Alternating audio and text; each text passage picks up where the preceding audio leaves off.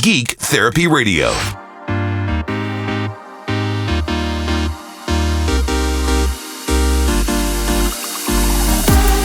Welcome to Geek Therapy Radio. I'm your mental curator, Johnny Hemberger. My guest today is Colin Worth from the YouTube channel This Does Not Compute. He is a regular friend of the show. We always have a blast talking. It's hard to rein it in because we can talk for literally hours. Anyways, on this show, we're going to reminisce about recording technology of years gone by and even end up with the state of modern music recording. So without further ado, let's just dive right into the conversation. It's a fun one. Colin, thank you for coming on Geek Therapy Radio yet again. I just saw that you uploaded a new video to your YouTube channel today as of recording, and of course, it piqued my interest. It was a multi-track recorder, and I love anything multi-track recording, especially if it's from the 80s or 90s. Can you tell us a little bit in brief, just to get things started here, what the video was about? Well, yeah, I love multi-track recording too, but what I love even more than multi-track recording is mini disc. Mm-hmm. And so that's really what kind of the crux of the video was about.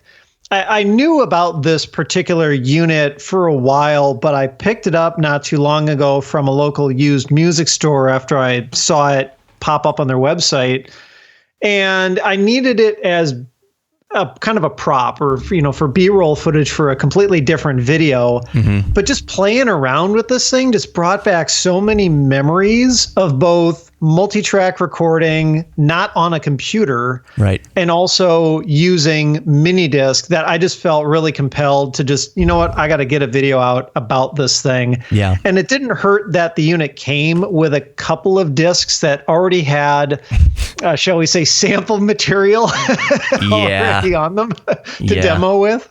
Mm-hmm. So it was, the video is about a half an hour long, and it's kind of a combination of talking about this particular unit. It's a Sony MDM X4. It's a 4-track, multi-track mini disc kind of standalone unit. Doesn't hook up to your computer. No, computerized workflow, keyboard or mouse or anything like this. It's really like they took one of the old school, cassette-based Porta Studios and kind of scaled it up, but it's digital for its recording. And it's based on mini disc. And it's based on mini disc. Data mini disc. Which means you get, data mini disc, which pros and cons. Mm-hmm. The upside to doing that was you just get amazing sound quality. Yeah. The vast majority of people, they'd be hard pressed to tell the difference between mini disc and CD quality. Just like, the vast majority of average listeners can't tell the difference between like a really good quality MP3 or Spotify or whatever from a CD. So you just get this immense step up in quality. There is like no noise floor to it. Mm-hmm. Plus, you get all of the really cool digital editing features. Oh, really? And I went through some of them in that video. Mm-hmm. Like punch in, punch out recording, automated punch in, punch out, where you're not, waiting for the tape to hit the right mark, and then you're stabbing the track arm button and doing your solo, and then quick turning it off again before you overwrite something that you wanted to keep. Right. It's this kind of bridge device where you're starting to get into a non-linear workflow. Right. So it's just this really interesting unit where anyone who had old school analog multi-track recording experience would be really comfortable getting into it. Right. Because it's going to be a very familiar layout and workflow if you want to work that way.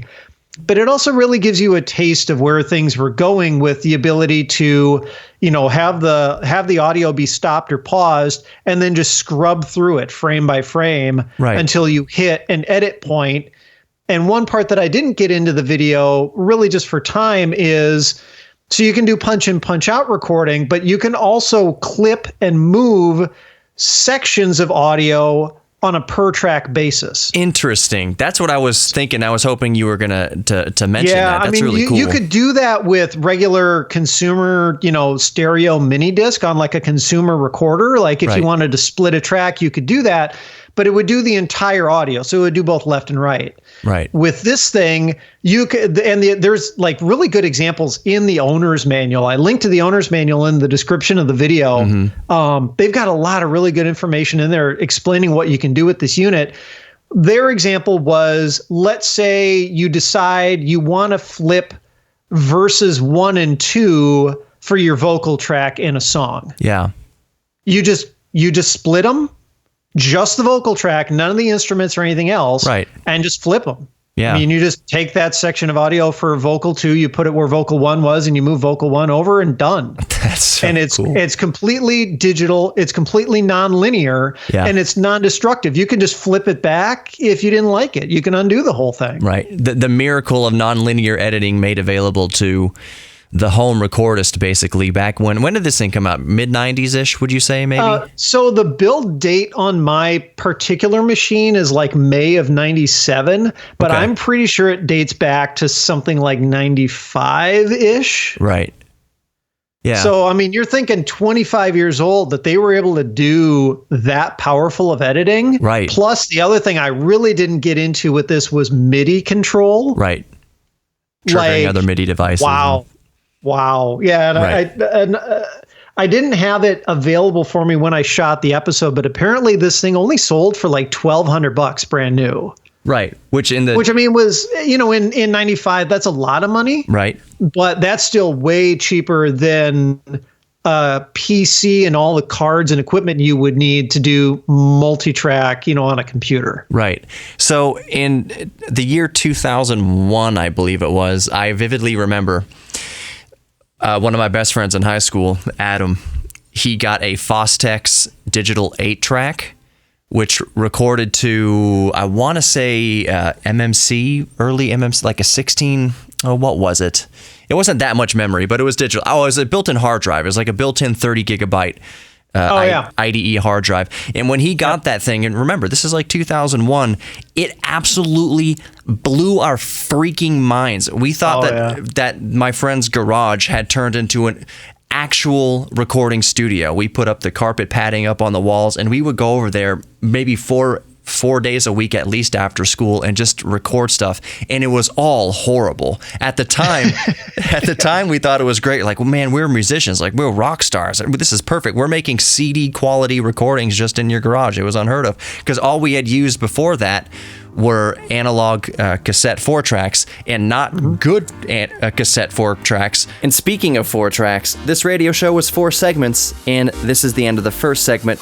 Colin, stay on with me. We're going to continue in the second segment. You're listening to Geek Therapy Radio. Hope you're enjoying it. We'll be right back.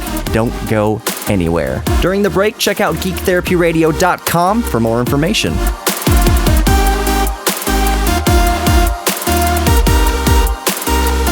Welcome back to Geek Therapy Radio. I'm your mental curator, Johnny Hemberger. Colin from the YouTube channel This Does Not Compute, go check it out, is my guest again today, longtime friend of the show. And we're going to pick up the conversation about recording technology through the years with my checkered history with 4-track cassette recorders. Like like Porta Studio 01 or something like that, really cheap. And we didn't know what we were doing, so we didn't know how to record it effectively to tape and blah, blah, blah. There are 4-tracks out there that you can get exquisite sound quality from. I have a Tascam 644 and a Tascam 688, which the 688 squeezes 8 individual audio tracks onto a standard 1/4-inch cassette tape.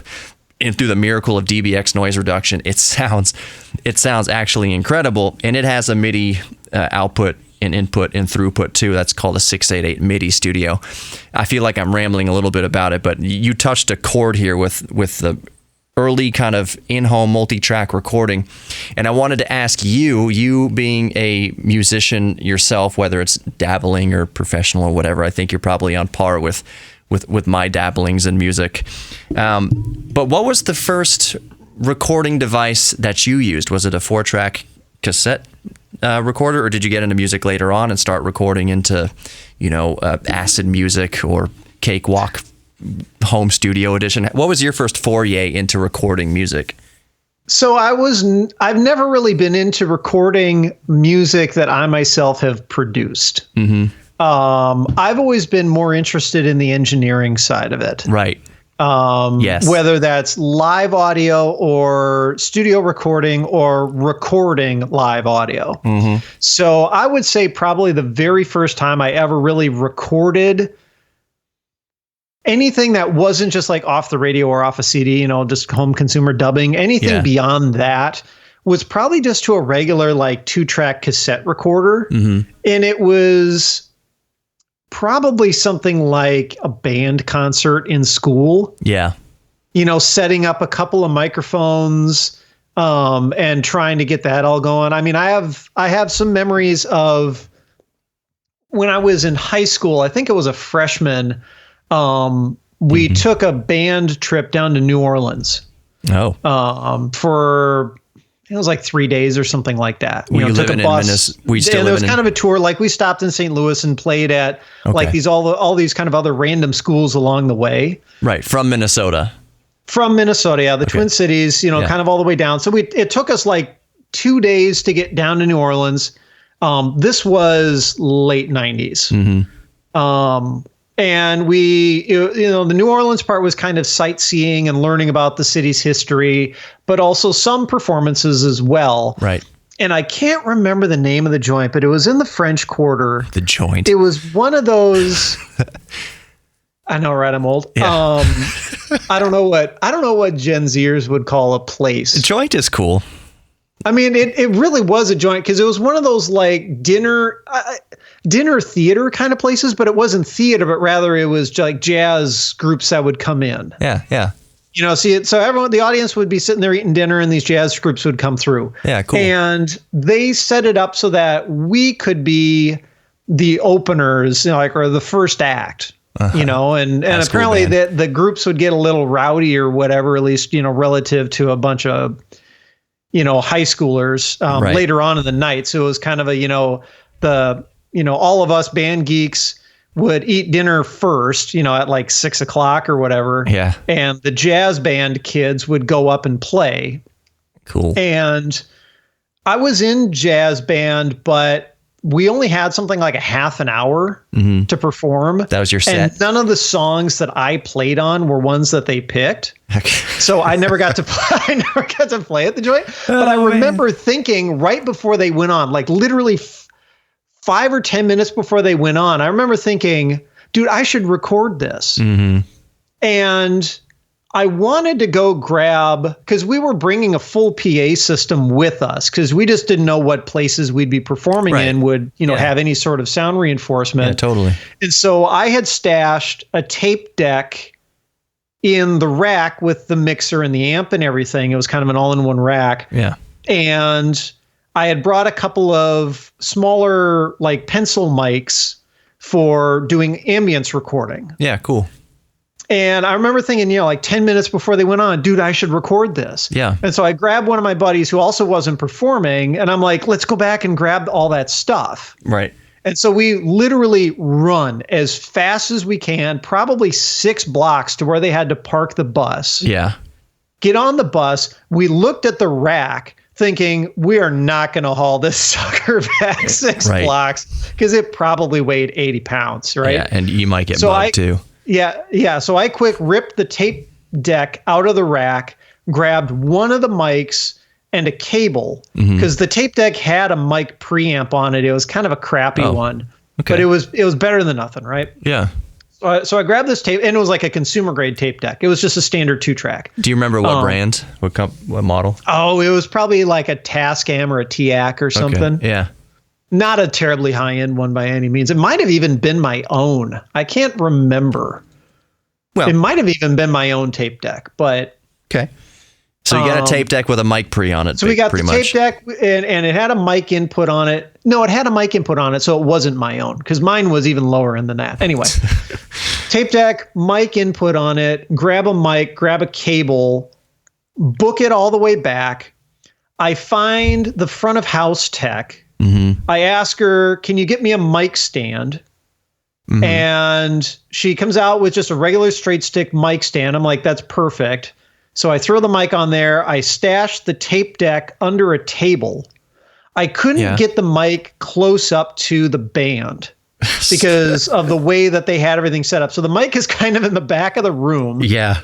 And it's also where they're serving. So like throughout this recording, you get the random clink of silverware and them throwing dishes in the Yeah, I was going to say, I see where this is going. You hear all the wait staff and everything happening, and then just some little toots of horns. Yeah, I mean, you're definitely getting some ambiance, let's say. Yeah. But I managed to do it just in time. I got everything rigged up and hit record like 10 seconds before they started performing. Cool. And so I got that whole thing, which was kind of fun. Yeah. That was probably my first memory. After that, the school managed to buy a couple of used Alesis ADAT decks. So hold remember those? Yes, I do. Yes. Before we go to the Alesis, can I ask you real quick, did the joint sound tech have a soundboard that you could have taken an auxiliary send from to get a feed right from the board to the tape machine, or you just wanted to really set up the microphone in the kitchen yourself? I'm sure that was an option, but they didn't have the entire band mic'd up. Okay. It was a small enough place where, let's just say the seating area was maybe 4 times the size of the stage. Right. This was not a big area. So what they had for sound built in was really just for vocal performances. The band itself wasn't amplified. Right. I see what you're saying. So trying to figure that out, and with just how little time I had, my mind just wasn't there. My mind was get anything down to tape as quickly as I could and not try to go for technical perfection. I would have loved to have done something better, but it is what it is. Right. Did you at the time have a crush, and were they with you on the trip, distracting you? No. Okay. No. All right. So we can talk about a mutual crush now, that Alesis ADAT. What do you want to tell me about the ADAT? Well, I don't know if I had a crush on the ADAT. It was okay. It was okay. I mean, back during that time, and ADAT was like really the professional format, one of 2. Right. The other one was from Tascam. So Alesis was an 8-track. It was all digital. It was truly CD quality. So it was uncompressed audio, 16-bit, 44.1 kilohertz. The interesting thing about it is that it used basically VHS cassettes as its recording medium. And technically, you're supposed to use super VHS tapes because they held up better, because you were going to be doing a lot of rewinding and fast forwarding. Right. And I think technically 16 or 24-bit and up to 48K. The later ones did let you go up. And we'll take a very short break right there. Very, very short if you're listening to the podcast. Grab the Geek Therapy Radio podcast on the iHeartRadio app or your favorite podcast player. And we will be right back with more GTR and Colin from This Does Not Compute.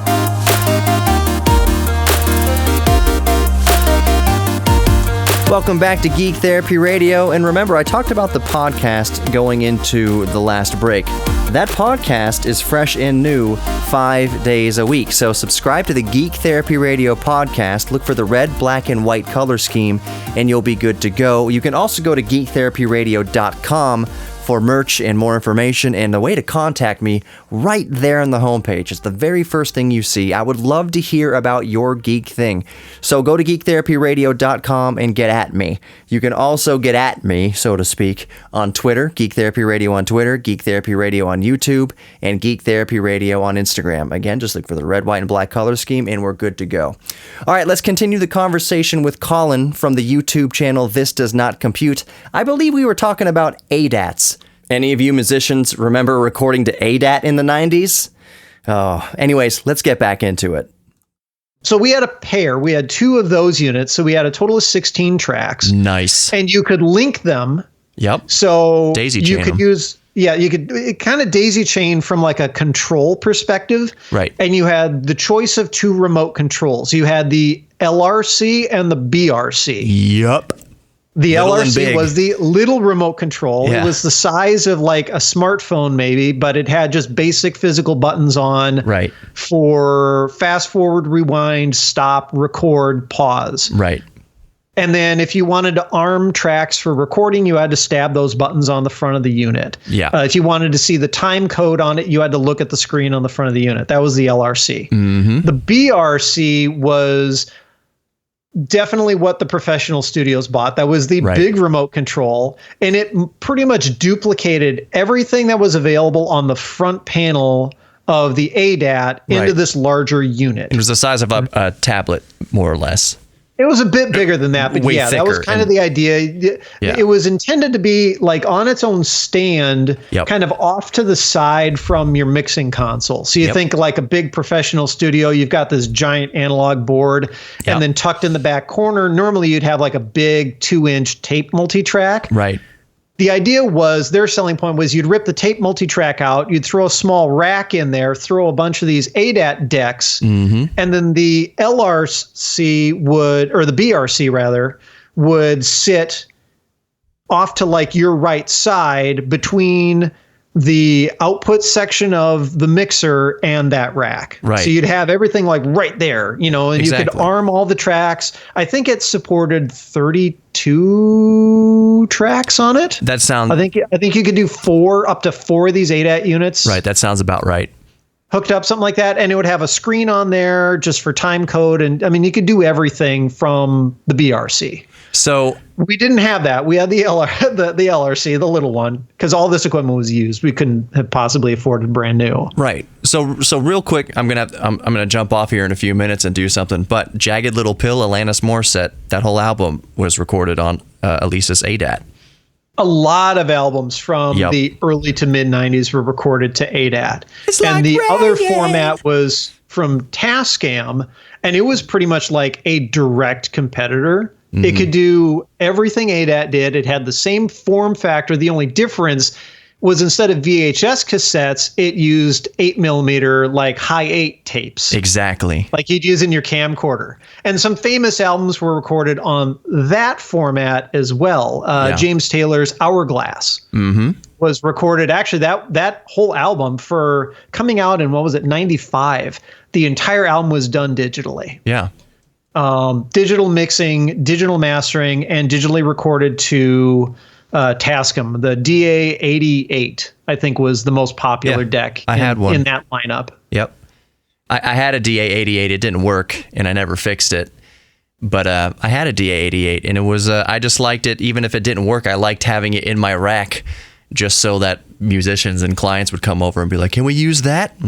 First of all, you don't want to use that. Second of all, it doesn't work. I mean, I've got Pro Tools right here. There's no reason to use the DA88 or any ADAT. That doesn't mean that I don't want it, and I wouldn't love to have 24 channels of ADAT just to have 24 channels of ADAT, even if it takes up 4 square feet of the recording studio versus a laptop. And those decks were not reliable either. I mean, they're basically glorified VCRs, right? Yep. I was going to bring, You didn't want to haul them around, and we ended up kind of hauling ours around a little bit. We ended up sticking them in that rack, not on that New Orleans trip, but later on. And that was kind of where I ended up going from that initial cassette recording. When we would do the occasional like jazz band gig in town, I'd haul 1 or 2 of the ADATs with, and try to get at least, 4 or 6 channels of recording into that. Right.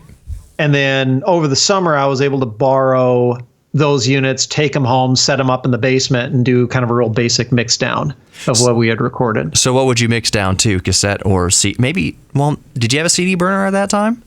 I did not at that time. What I ended up doing was actually bouncing everything to 2 tracks on ADAT. Okay, yeah. And then there was a guy that the band director knew who was a professional, in quotation marks, engineer who could do mastering and all that. So he had an ADAT deck. And so I basically bounced everything down to 2 tracks and gave the tape to him to master. And then he went through and mastered, in quotation marks, this audio, AKA what he did is he just put a bunch of reverb on it and said that's good enough. Normalized and then it if burned you're that lucky. to CD for me. Yeah. And he would have normalized it if you were lucky. Have you ever done much mastering? Not nearly enough.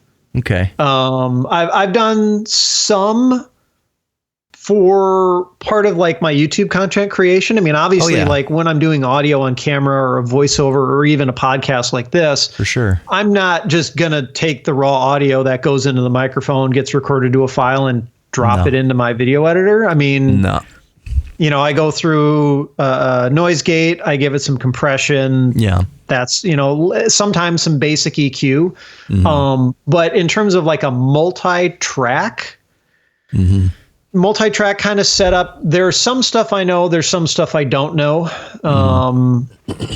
I know the trend. I mean, it used to be where like the person in charge of mixing would get everything down to 2 tracks.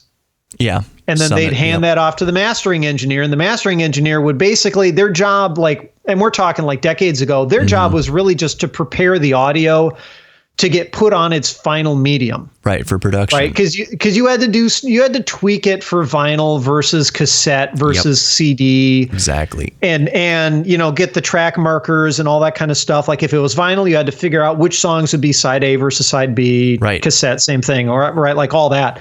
Since we moved into the digital era where that doesn't matter anymore, my understanding is that the mastering engineer has a lot more to do with the final kind of quality of the sound, to the point where mix engineers won't necessarily just do a 2-track master. They maybe will do a 2-track master kind of as a reference for the mastering engineer to kind of get an idea as to what they're going for.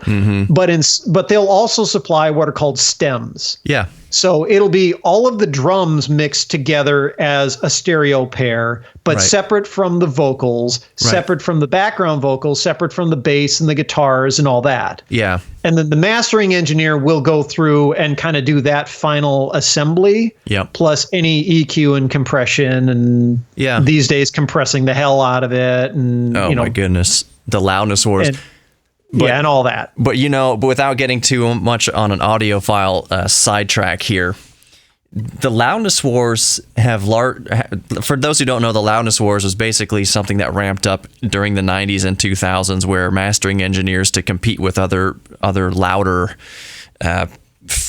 artists and stuff, would basically push that limiter to the absolute limit to get everything, including a little quiet flute part, just smashed all the way up to the loudest it could possibly be through some hard brick wall limiting. And what it wound up doing was everything was just loud, but nothing had anything dynamic. There was no interesting dynamic range to kind of keep you involved in the music. It was all just loud, and when it's all just loud, it kind of becomes white noise, which is why if you're listening to an album from the late 90s, early 2000s-ish, a heavy metal album that is just balls to the walls loud, I can fall asleep to it rather easily because it's just one consistent volume. It's not engaging my brain dynamically. It's not engaging my ears dynamically. But that's kind of changed now, I've noticed recently, with the massive uptick in popularity with vinyl. So now those mastering engineers, a good vinyl versus a bad vinyl. The bad vinyl was it's just literally pressed from the digital master. That's, they mastered it for MP3, they mastered it for Spotify and stuff, and they basically just take the CD, right, and put it on vinyl, press play on the CD, and press record on the engraver, and just let it go. which doesn't work because of right angles and clipping, and it just doesn't work. So now there's artists like John Mayer and I'm sure others who have vinyl in mind as an end, product that they want to release. And as a result, we're getting more dynamics in mastering again. We're going to pause the conversation right there. We'll be back for one more segment of GTR. Don't go anywhere. Check out geektherapyradio.com during the break.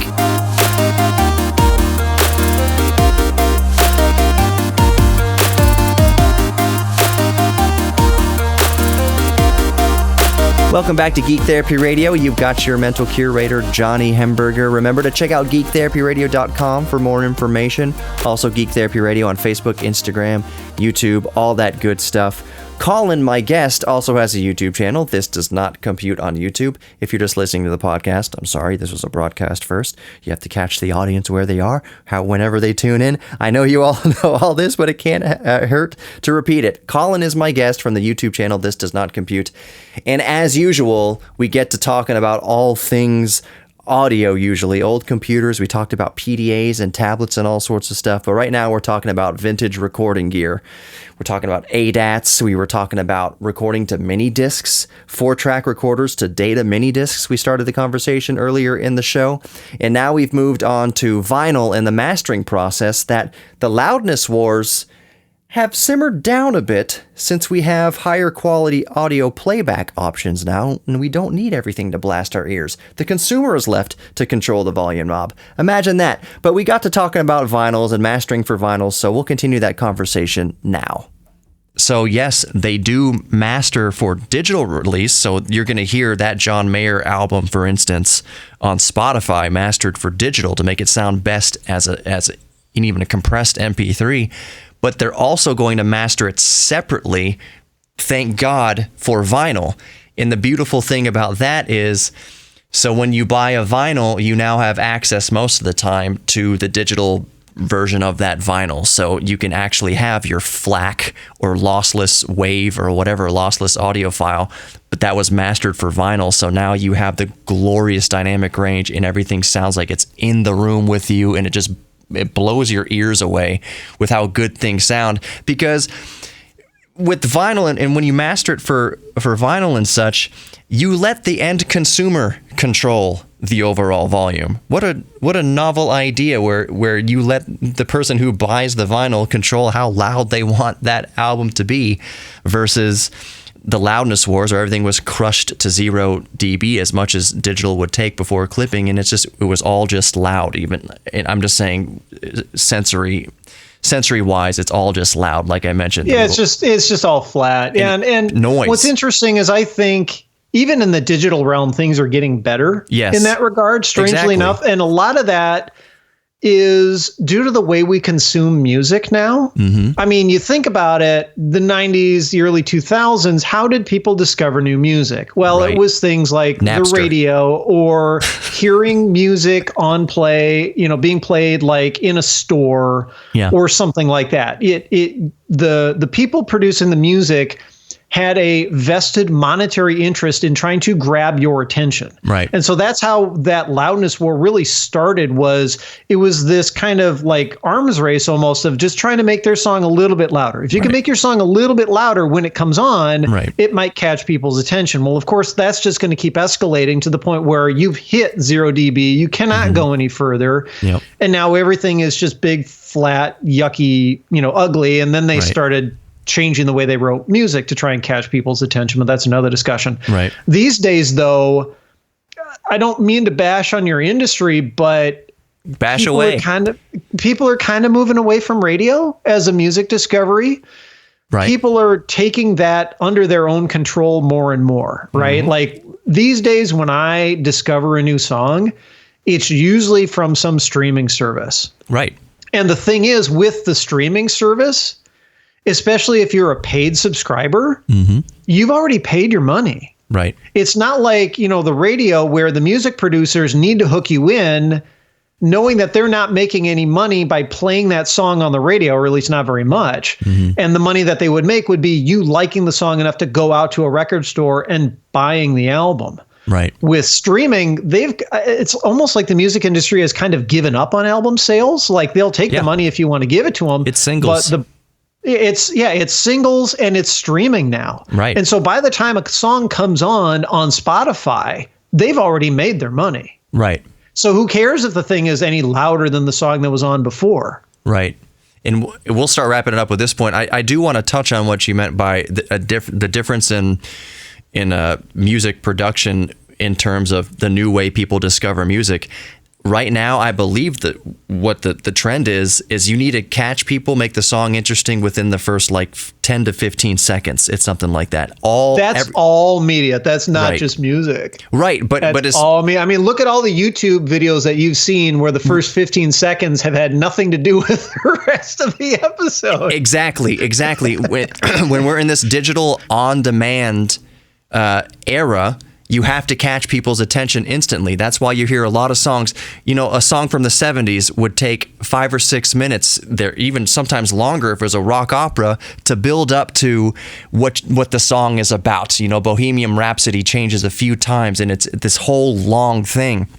But songs now, people aren't going to sit there and wait if they have the access to that next track button, click, click, click. So they need to have they need to grab you within those first few seconds, just like YouTube, just like any other on-demand streaming service. That's kind of the way music is written now. You need to get to the hook quick and get people hooked on the song quick, or else they're going to click next. next. And that hook has to be really juicy. Otherwise, within the first minute and a half, people will bail. I mean, think about it. Like, if you're listening to music with a bunch of friends, how quickly people will like get to maybe just after the second chorus and then just be sick of the song and want to skip. Right. Versus on a record, you'd have to get up across the room, go over there. And it was kind of like, you know what? I'm in my chair. I'm across the room.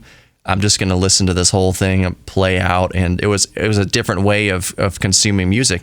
And neither method, I want to just wrap up with this. When enjoying music, there is no right or wrong way to do it. It's not that vinyl is just this all supreme being better way to listen to music, or it sounds better than CD. You and I have talked about this versus streaming or anything else. We can talk about sonic and the frequency spectrum and Nyquist frequencies and all that kind of stuff. It's all about just enjoying music. And I'm just happy that now we have the bandwidth, basically is what it boils down to now with high-speed internet, that songs don't have to be so digitally compressed anymore. I think iTunes used to be at like 160 kilobits per second. And now, iTunes AAC file started out at 128 kilobit. Right, and now it's like 256 is the standard or something, which is great. It's a higher bit rate. Like to your point earlier about like if you buy a vinyl record, sometimes they throw a download card inside the record, which I love. What I love beyond that is when you go and put that code in on the website, they let you pick the format that you can get the files in. And if you let me download those files as WAV or FLAC or Apple lossless, I will love you forever. Yes, we are spoiled for choice now, and it's kind of a bummer. Sometimes you get an album and it says, go get the digital download, and it's a 320 MP3. I think the last vinyl that I bought was Alter Bridge. What is the newest Alter Bridge album? And I was super excited to go download the digital file version, and it was only available as a 320 kilobit per second MP3, which is the highest bit rate you can do for MP3, so that was great. But I loaded the song into my audio software because I always look at the frequency spectrum when I'm playing, especially in MP3, to see if they've done the whole high and low shelf, where usually in a high shelf they'll cut it. It'll be a cliff at like 16K or 18K, and it doesn't go all the way up to 20. I'm like, why did you do it as a 320 MP3 and cut out the last 4 kilohertz of information? What's the point there? I'm glad I have the vinyl. I'll do my own I'm rip. not about to like pretend that I can easily hear the difference between like a 320K MP3 and lossless audio. No. I just like having the lossless because it's kind of future proof. Right, exactly. So I think that about wraps it up.